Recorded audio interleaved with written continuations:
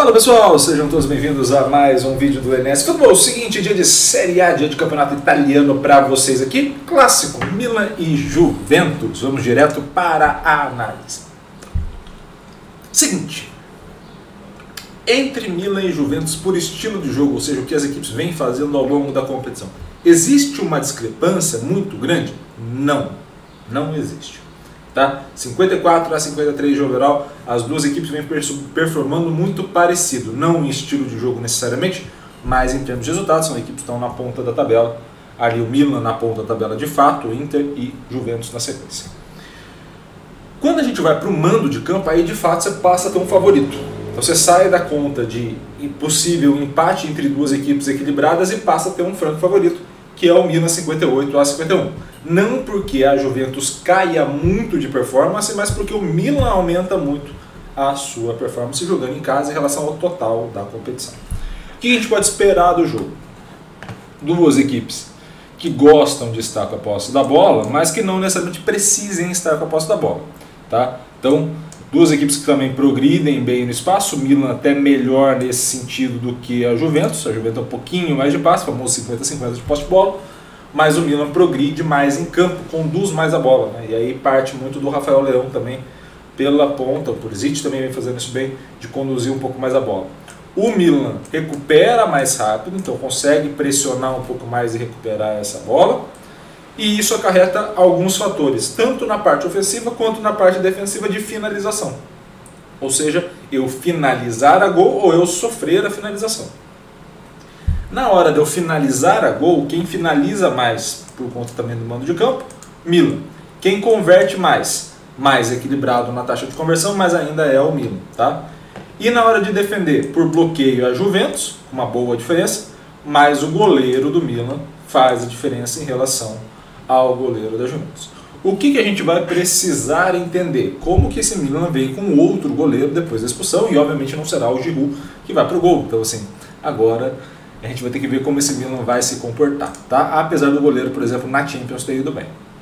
Quando a gente vai para o cenário, a gente tem ali o Milan total em azul, né? Então esse Milan total jogando a competição como um todo em azul, e em laranja a gente tem o Milan como mandante, tá? O que a gente passa a ter nesse cenário? O Milan como mandante passa a ter maior, engasguei um pouquinho aqui, maior velocidade de recuperação e menor progressão e menor passe. Iago, como assim? Ele pressiona mais, recupera e ataca rápido.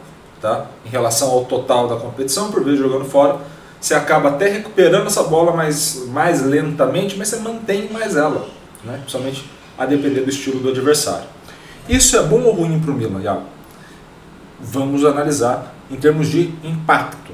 Tá? Qual que é o impacto no bloqueio? Nenhum. Então, jogar assim não impacta negativamente ou positivamente o bloqueio. Não impacta a defesa do goleiro. Não impacta a taxa de conversão para gol.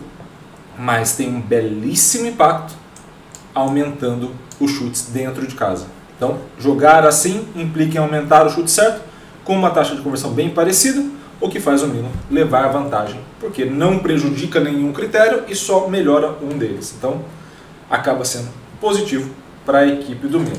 E para a equipe da Juventus? Eu tenho um cenário basicamente igual de recuperação, passe e progressão. Então você tem um cenário ali de maior pressão e ataque um pouquinho mais rápido, tá? Seja casa ou seja fora, não alterna tanto assim. E isso acaba tendo diferentes impactos, tá?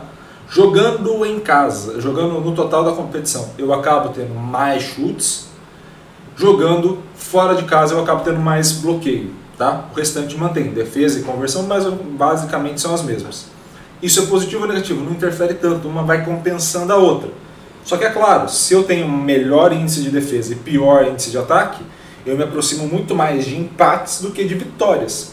Porque eu acabo tendo muito mais chance de salvar e não sofrer o gol do que eu passar a fazer vários gols a ponto de vencer. Então esse é um difícil equilíbrio que a gente passa a ter na análise para entender como vai ser esse impacto. Tá? O que a gente pode definir a partir dessas análises, e até voltando aqui na tabela, o que a gente pode definir? Há uma tendência das duas equipes fazerem ao menos um gol. Então o primeiro gol do Milan, por exemplo, aumenta bem a chance de vitória. Tá?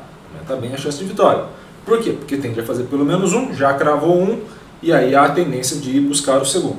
Se a Juventus faz um, aumenta a chance de vitória sim, mas principalmente a chance de empate. Por quê? Porque há uma tendência do Milan ao menos fazer um. Então esse cenário é um cenário muito mais indicativo de controle estratégico do jogo depois do primeiro gol do que um definidor. Não são duas equipes que não convertem para gol, logo se alguma fizer, acaba com a estratégia da outra. Não, são duas equipes que fazem seus gols, que conseguem produzir bem, e nessa produção muito bem organizada, quem fizer o primeiro ganha uma vantagem estratégica, mas não definitiva do resultado da partida, que tem o Milan como favorito, tá bom?